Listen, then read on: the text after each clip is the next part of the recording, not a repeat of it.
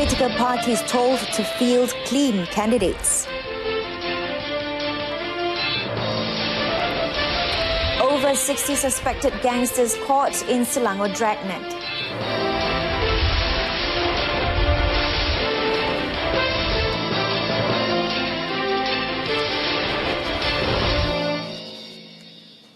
Welcome to the evening edition of News on 2. You with me, Renee Fong. Barisan Nasional is currently the only political party which had submitted its candidates list to be screened for the upcoming general election. Malaysian Anti-Corruption Commission MACC Chief Commissioner Tan Sri Zulkifli Ahmad said the screening is done to ensure that the candidates are free from any offences involving corruption and abuse of power. Tan Sri Zulkifli said to date, the opposition has yet to submit its list of candidates for screening. He added that MACC's role is only to screen candidates and to hand over the report to the party.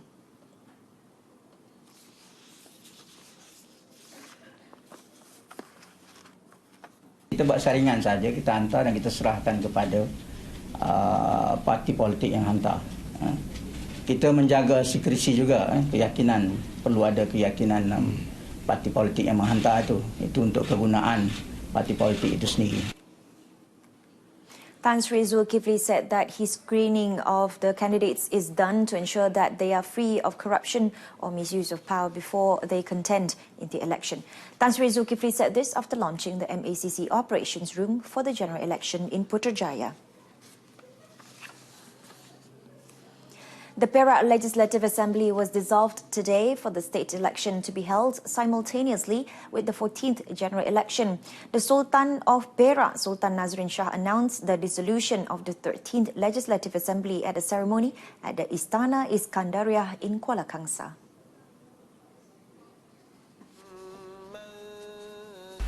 Dalam hasrat dan dalam usaha mahu mendapatkan sokongan pengundi, isu-isu sensitif menyentuh agama, kaum, budaya dan bahasa yang boleh menjejaskan hubungan harmoni dan perpaduan hendaklah tidak disensasikan hingga ke peringkat berpotensi mencetuskan sentimen permusuhan dan rasa kebencian di antara warga. Pada setiap masa, wajib dipelihara dan wajib dipastikan tidak diucap sebarang perkataan dan tidak dilakukan sebarang perbuatan yang boleh mencetuskan persengketaan di antara warga. Sultan Nazrin also called on political parties not to cause friction between the people in the process of trying to win their support. The Sultan said the Election Commission should also carry out its duty in a professional and transparent manner and with integrity and must ensure that the conduct of the election is not disputed. Sultan Nazrin said all quarters must extend cooperation to enable the EC to carry out the responsibility entrusted to it as best as it could. The Terengganu Legislative Assembly was also dissolved today to pave the way for state election. Terengganu Menteri Besar Datuk Seri Ahmad Razif Abdul Rahman said the dissolution of the Legislative Assembly was consented by Sultan of Terengganu Sultan Mizan Zainal Abidin after he had an audience with the latter at Istana Syarkiyah at about 10:17 a.m. Met by reporters at Wisma Darul Iman, he said with the dissolution, the people are empowered to choose the government that they wanted in the upcoming elections. Saya telah menghadap ke bawah Duli Yang Maha Mulia Sultan Terengganu bagi memohon berkenan supaya Dewan Undangan Negeri Terengganu dibubarkan dan saya telah mendapat berkenan ke bawah Duli Yang Maha Mulia Tuanku dan maka dengan ini saya umumkan bahawa Dewan Undangan Negeri Terengganu dibubarkan bermula pada tarikh hari ini 9 hari bulan April 2018 dan pilihan raya umum ini adalah supaya pilihan raya negeri dan pilihan raya umum dapat diselaraskan dan diadakan secara serentak. He added if given the mandate again, the peace and prosperity enjoyed in the state would continue in line with the new Terengganu transformation plan. On Friday, Prime Minister Datuk Seri Najib Tun Razak announced the dissolution of Parliament effective on Saturday and asked the state governments, except Sarawak, to dissolve their respective state assemblies to pave the way for the federal and state elections to be held simultaneously. Terengganu has 8 parliamentary seats, with 4 each held by BN and PAS. BN controlled 17 out of the 32 state seats, while PAS 14 and PKR 1. The Pulau Pinang Legislative Assembly will be dissolved tomorrow for the state election to be held simultaneously with the general election. Chief Minister Lim Guan Eng said he had a meeting today with Pulau Pinang Yang di-Pertua Negeri Tun Abdul Rahman Abbas at Seri Mutiara and received the consent to have the Legislative Assembly dissolved tomorrow. He said the State Executive Council at its meeting today also gave its unanimous approval for the dissolution of the Assembly tomorrow. Bagi menyahut sarana yang amat berhormat Perdana Menteri tersebut. Pada pagi ini, saya telah menghadap Tuan Yang Terutama Tun Datuk Seri Utama Dr. Haji Abdul Rahman bin Haji Abbas di Seri Mutiara berkaitan dengan pembubaran Dewan Undangan Negeri Pulau Pinang. Saya bersyukur Tuan Yang Terutama Tun telah memberikan perkenan untuk membubarkan Dewan Undangan Negeri yang akan berkuat kuasa pada 10 hari bulan April 2018. Guan Eng added that Pulau Pinang Legislative Assembly Speaker Datuk Lau Chu Kiang would be notified in writing today on tomorrow's dissolution of the Assembly. Pulau Pinang has been under opposition rule since 2008. In the last general election in 2013, the DAP won 19 of the 40 state seats, PKR won 10 and PAS 1 to form the state government, while Barisan Nasional won 10 seats. Pulau Pinang has 13 parliamentary seats, 7 of which were won by DAP in GE 13 and 3 each by PKR and BN. At the Istana Shah Alam in Klang, the Sultan of Selangor, Sultan Sharifuddin Idris Shah, consented to the dissolution of the Selangor State Legislative Assembly. His Highness also signed the proclamation book to officially dissolve the State Assembly. Selangor Menteri Besar Datuk Seri Muhammad Azmin Ali was earlier granted an audience with Sultan Sharifuddin to request for His Highness's consent. Also present were the Raja Muda of Selangor, Tengku Amir Shah, and Selangor State Assembly Speaker Hannah Yeoh. In an effort to safeguard peace and security in Sarawak, the Defence Ministry through the Malaysian Armed Forces will set up 15 new border posts in the state. Its Minister Datuk Seri Syamuddin Tun Hussein said the new posts will oversee Sarawak's major industrial areas such as the Sarawak Corridor of Renewable Energy SCORE, Ulu Rajang Development Agency UDA and Northern Region Development Agency NRDA.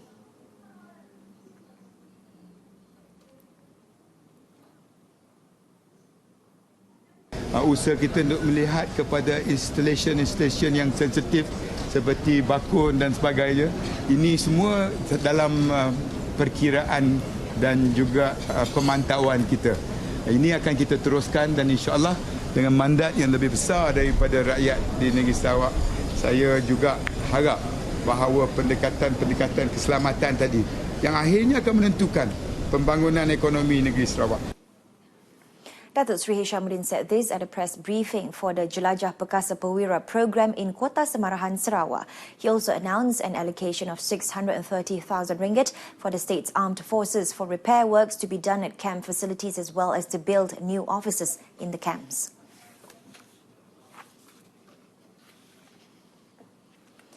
The Pulau Pinang High Court has adjourned the corruption trial of Pulau Pinang Chief Minister Lim Guan Eng to May 21st. According to High Court Judge Datuk Hadriah Syed Ismail, the postponement was made in light of the accused's formal duty as Chief Minister in dissolving the State Legislative Assembly and in handling the upcoming general election. On the first charge, Guan Eng was alleged to have used his position to purchase his house from businessman Pang Lee Kun at 2.8 million ringgit, which was below the property's market value, and also for the transfer of a land. The Pulau Pinang Chief Minister was jointly charged with Lee Kun under Section 165 of the Penal Code, which upon conviction carries a 2-year prison sentence or a fine or both. Lee Kun was also charged under Section 109, read together with Section 165 of the same Act, for embezzlement in the bungalow purchase. On the second charge, Guan Eng had allegedly used his position to obtain gratification for himself and his wife by approving an application by Magnificent Emblem Sdn Bhd to convert agricultural land for residential purposes.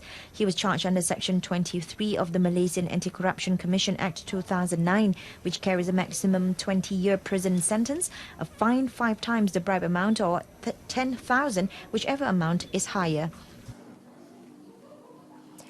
Police were able to arrest 63 suspected gangsters, including a Datuk and Datuk Sri, in raids that were the fruit of a 3-month investigation into the notorious Gang 08 and Gang 18 in Selangor.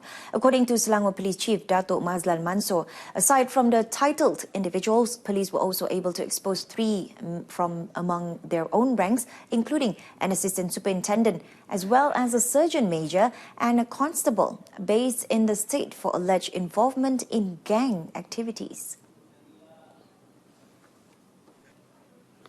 Tertangkapnya penduduk kumpulan ini, beberapa kes dapat kita selesaikan. Okay.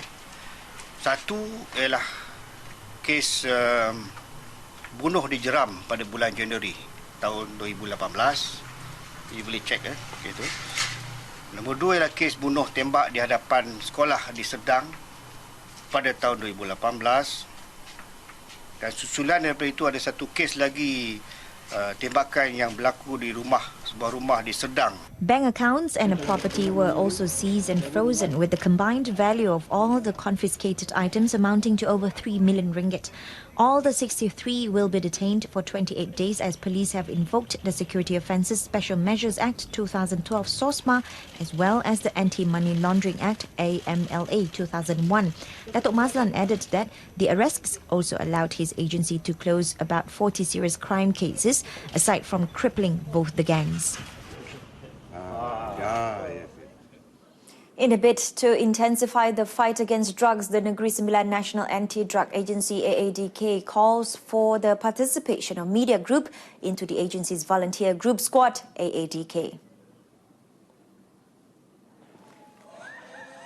AADK State Director Nazira Sadirun said the role played so far by the media in reporting every advocacy undertaken by the agency had helped to accelerate its Perangi Dadah Habis-Habisan campaign since it was first launched in 2016.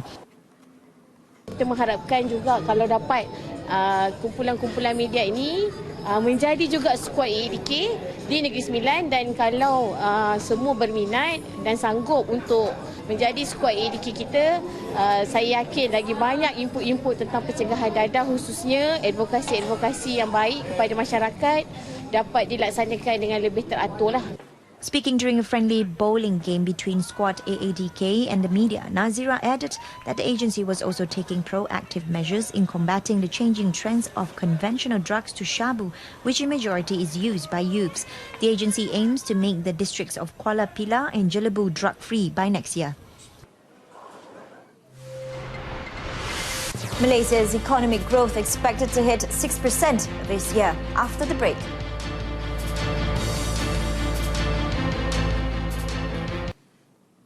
Welcome back. The Royal Florea Putrajaya 2018 Flower Festival is back for the 10th consecutive year and is expected to be bigger than the previous ones. This year's festival, to be held from August 25th to September 2nd, carries the theme 10 Wonders of Florea and will be held at Anjong Flora Event Centre, Precinct 4, Putrajaya. Putrajaya Corporation President Datuk Sri Hasim Ismail at a special media conference to announce the festival said this year's event will highlight all the flowers previously showcased at the festival since 2007. They include hibiscus, orchid, bougainvillea, begonia, lilies and chrysanthemum, among others. Among the new components that are expected to entice visitors and tourists, such as Wonder Garden, Miniature Garden, Entrance Statement, Designer Boutique Gardens, Fertigation Garden and Hipster Square. The popular orchid competition will also be back with about 300 orchid trees to compete in 60 categories. This year's international floral designers and landscape architects hail from 10 countries, namely Brunei, China, Indonesia, Japan, Korea, Macau, Singapore, Vietnam, Taiwan and Thailand. Another attraction at Floria 2018 is the Royal Perak Garden, which was inspired by the Istana Kenangan in Kuala Kangsar. Tickets can be purchased online or on site during the festival beginning May 1st. Malaysia's economic expansion continues to grow and is expected to hit 6% this year compared with 5.9% last year. According to Treasury Secretary General Tan Sri Dr. Muhammad Irwan Sariga Abdullah, the nation's strong financial standing has enabled the government to pay salaries and distribute the One Malaysia People's Aid, BRIM. Tan Sri Dr. Muhammad Irwan added that the nation's coffers were further strengthened by increased revenues from the Custom Department's collections, the Inland Revenue Board (IRB) and rising oil prices. This proves Malaysia's capability to increase aid to the people. Jadi keadaan ini membolehkan ada ruang fiskal untuk kita berbelanja dari segi kebajikan rakyat untuk memberi insentif kepada rakyat. Jadi tak adalah timbul masalah kerajaan tidak ada duit ke, kekurangan hasil ke dan sebagainya.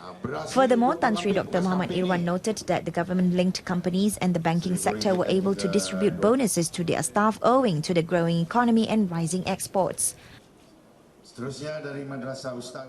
Proton Holdings Berhad is planning to increase its production capacity to 400,000 vehicles and its assembly plant in Tanjung Malim. This initiative will drive the development of the national automotive cluster in Proton City. Proton hopes the move will attract the setup of other automotive and electronic industries, thus creating more jobs and various opportunities for the people in Tanjung Malim and its surrounding areas. Okay, bagi pendapat kita, peniaga-peniaga Tanjung Malim lah, berharap sangat menantikan kemunculan Proton yang baru sebab apa boleh meningkatkan lagi ekonomi negara kami dekat sini lah berbanding dengan sekarang. Sebab kita dapat tahu yang Proton akan pindah ke sini, kemungkinan Proton, staf Proton ni akan ramai lagi lah di bandar Tanjung Malim ni. So boleh meningkat lagi lah ekonomi peniaga-peniaga kat sini. The automotive cluster plan will involve the development of the One Malaysia Youth City, Edu City, high automotive technology including electric vehicles, green technology, industrial 4.0 and artificial intelligence. Tentulah, itulah tentu. Bukan sekitar Tanjung Malim ni, Berang, Kelompang, semua dapatlah tu. Bukan Tanjung Malim sajalah. Jadi dari segi hartanah pun mungkin akan meningkat lagi lah. The whole process will spur other automotive giants to build their assembly plants at the automotive cluster, in which will increase the socio-economic standards of the locals. Perusahaan otomobil kedua Sendirian Berhad, Perodua, has introduced a new item to its official gear-up accessories range.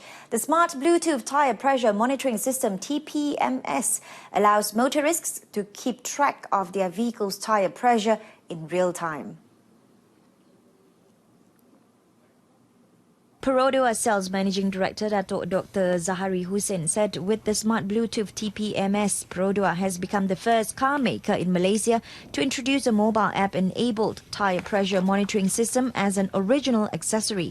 The locally developed and manufactured product has an introductory price of RM385 until June 30 of this year, after which it will be priced at RM430. The gear-up accessories range also comes with a 6-month warranty.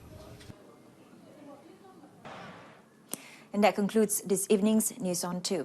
In our top story, political parties told to field clean candidates. Join us again at 12:30 tomorrow afternoon. I'm Renee Fong. Stay tuned to TV2 and have a pleasant evening.